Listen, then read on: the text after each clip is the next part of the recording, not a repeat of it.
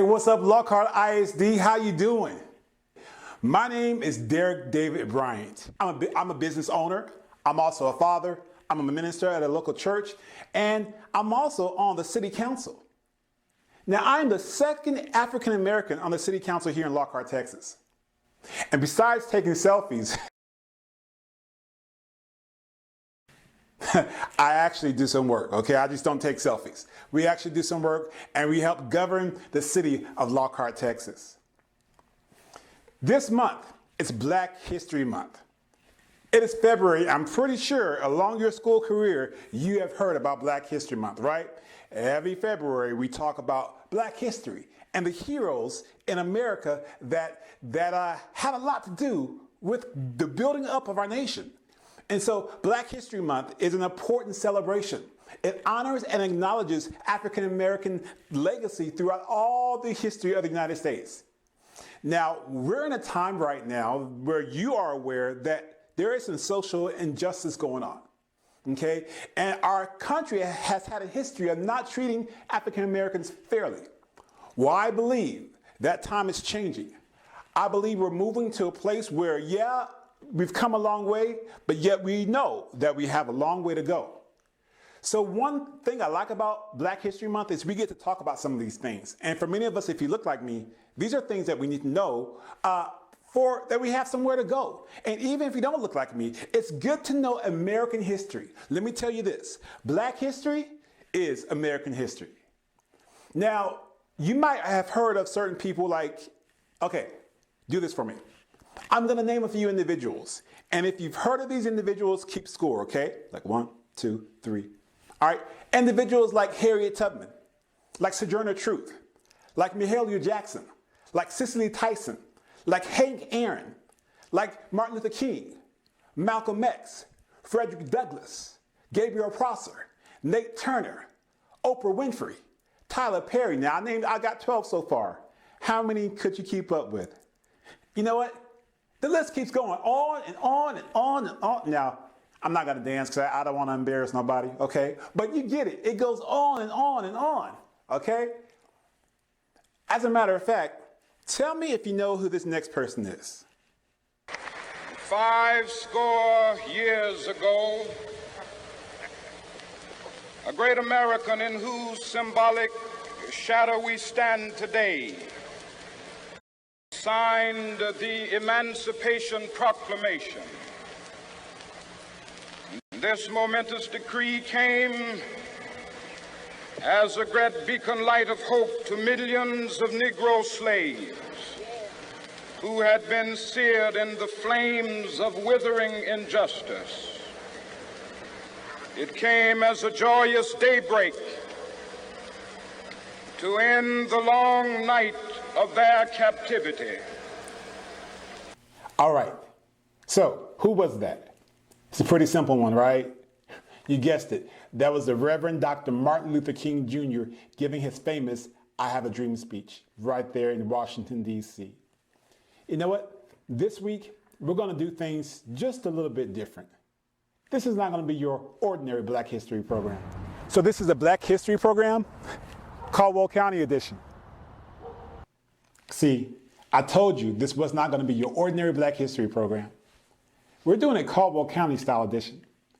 Now, did you know that there were great African American contributions that came right here from Caldwell County? I bet you didn't know that. That people from Lockhart, Luling, Dale went on to do great things in our nation's history. Remember, Black history is American history. So here's the first fact I want to throw at you, okay? Just in case you're keeping track. Number one, have you ever heard of A.Z. Taylor Morton? A.Z. Taylor Morton is distinguished as the only African American ever to hold the post of treasurer of these great United States. She was appointed by President Jimmy Carter on September 12, 1977. All right, students, you see on the right of the screen, there's a dollar bill, of course, right? Well, right by this 5, there's a 1, there's a 5, right by there. If you look very closely, you can see her signature as the treasurer of the United States in 1977. You see that? And then she signed it right here in pen just to prove, yes, it was her. Azie Taylor Morton was born to Fletta Hazel Taylor on February 1st, 1936, in the small community of St. John's Colony, where? That's right, here in Caldwell County in Dale, Texas. Morton said in his speech to the student body of a small college in South Carolina, as quoted in the book Chicken Soup for the Soul at Work, "I was born to a mother who was deaf and could not speak. I do not know who my father is or was. The first job I ever had was in a cotton field." You see, Morton was raised by her maternal grandparents on a small farm out in St. John's. Although she was not blind, deaf, or an orphan, she attended the Texas Blind, Deaf, and Orphan School during her high school years because there was no high school for African Americans in Dale. She graduated at the top of her class at age 16. In 1952, Morton enrolled in Houston-Tillotson College right in Austin, an all-black college in Austin, Texas, right up the street. 4 years later, she graduated cum laude with a Bachelor of Science degree in commercial education.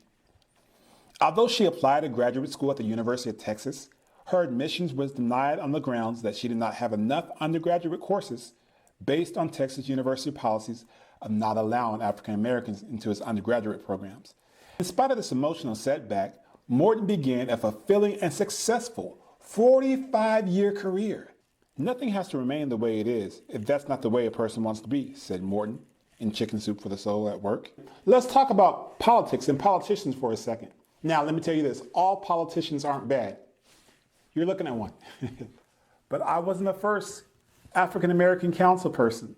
There was someone who came before me. Let's take a look. His name was Kenny Rowland. He was the first African-American on the city council. He served from 1998 all the way to 2015. Great, great guy. Also, down the street in Luling, Miss Jackie Campbell is currently serving as the first African-American on the Luling City Council. She's held that position for quite some time. Also in local government in the county is Mr. Joe Rowland. He is the first African-American as Caldwell County Commissioner for Precinct 1. See, I know you're learning things already. All right, so now we're going to talk about sports. Yes, there are African Americans that came right from Caldwell County that made major contributions to sports. Ladies and gentlemen, meet Mr. Willie Ellison. He attended school right here at the old Carver High School, the school for African Americans at that time. We'll talk more about that later. Mr. Willie Ellison played for the Los Angeles Rams. In 1971, he broke an NFL record and scored 246 yards in one game. So up until that point, how was your life like before you broke that record? I understand that afterwards you were given the opportunity to be a part of the Pro Bowl that same year. Yes, I was. That was the first opportunity to be an All-Pro. Matter of fact, that made me become an All-Pro. I was All-Pro running back, which was what everybody wants to do. They want to be All-Pro. That's right. Our next athlete that spent some time in the NFL is Craig Mager. He's right up the street from Luling. He played for the San Diego Chargers. Mr. Curtis Clay Jr. went to Lockhart High School, from Lockhart, went to TCU, played great for 4 years, and then played a short time for the Dallas Cowboys. Have you heard of Edwina Brown? If not, hey students, she was a legend. She played basketball for Lockhart, for the Lady Lions as a matter of fact, in the 90s. From there, she went on to play it for the University of Texas, and then she was drafted into the WNBA. There have been a lot of African-American educators that came right here from Caldwell County. Let's take a look at some. When we talk about educators, let's look at Mr. Carroll Butch Thomas. He was the superintendent for the Beaumont ISD. As a matter of fact, if you look below, there's a building and even a stadium named after him. Wow. Guess where he came from? Right here in Lockhart, Texas. Also in education, graduated from Lockhart High School, is Reverend Dr. Fritz Williams. Not only is he the pastor of First Baptist Church here in Lockhart, but he's also an adjunct professor. As you can see right at the top of your screen is Miss Karen Nixon. Many of you know her. She's beloved in the Lockhart ISD school system. Miss Nixon graduated from Lockhart High School, went on to be an educator, and is now continuing to educate many students at a young age right at the Carver Early Education Center. Did you know that Caldwell County has also produced African American authors? Dr. Deidre Williams has written several books here, and she's right out of Lockhart, Texas. You can see her picture with her parents and also her mother, who was also a former educator right here in Lockhart. Now, this next individual was an awesome, amazing person. I'm so glad he got a chance to come through Lockhart. Let's check him out. Mr. Herman A. Barnett was just like you. He went to school here in Lockhart, Texas. According to Wikipedia, Dr. Herman Aladdin Burnett was an African-American fighter pilot, a surgeon, and an anesthesiologist. He became the first African-American graduate of the University of Texas Medical School in 1953. His early life, he was born in Austin, Texas. He attended Grant Elementary in Austin, Keeling Junior High. It doesn't say so here on Wikipedia, but we have in our records that he also spent some time right here at the old Carver High School here in Lockhart, Texas. Now, Mr. Barnett, he enlisted in the Tuskegee Institute, the world's only training program exclusively for black pilots. Have you ever heard of the Tuskegee Airmen? He was also, ladies and gentlemen, a recipient of police brutality. We won't spend too much time on that, but just like what was happening back then, as you've seen on TV in the last year, it has been happening in our time as well. I do want to highlight this. Even though he experienced adverse situations because of the color of his skin, in 1968, he was appointed by John Connally. Dr. Barnett became the first African American to serve on the board of the Texas State Board of the Medical Examiners. That's a great accomplishment. Now, when we talk real estate, business-minded, entrepreneur, let's talk about Carrie Lampkin. That's right, Carrie Lampkin went to school here in Lockhart. His parents are still in Lockhart today. Now, Carrie Lampkin is a real estate mogul. He's doing great things in the Detroit, Michigan area.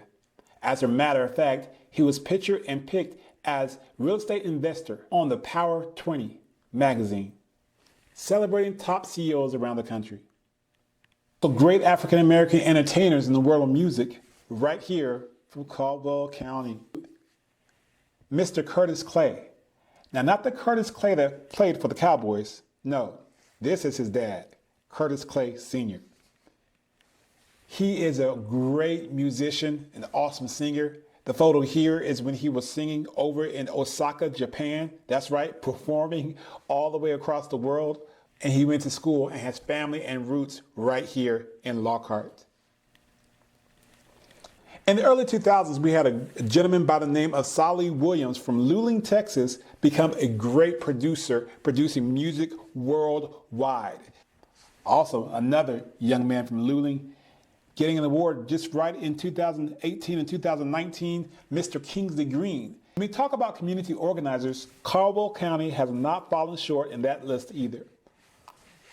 On your left side of the screen, you see Miss Rose Smith. As a matter of fact, this past month, February 2021, as you see, she is on the cover of Austin's Woman magazine, Miss Rose Smith, right from Luling, Texas. On the right of the screen, you have Mr. George the Iceman Gervin, who played for the San Antonio Spurs. Now, no, he's not from Lockhart, but some great organizers brought him to the great city of Lockhart here in Caldwell County. Mr. Cleo Cash and Lee Eckford ran a recreation program here in Lockhart in the early 90s all the way into 2000. And this, ladies and gentlemen, is the old Carver High School. As you can see, boys and girls, the old Carver High School was built in 1923.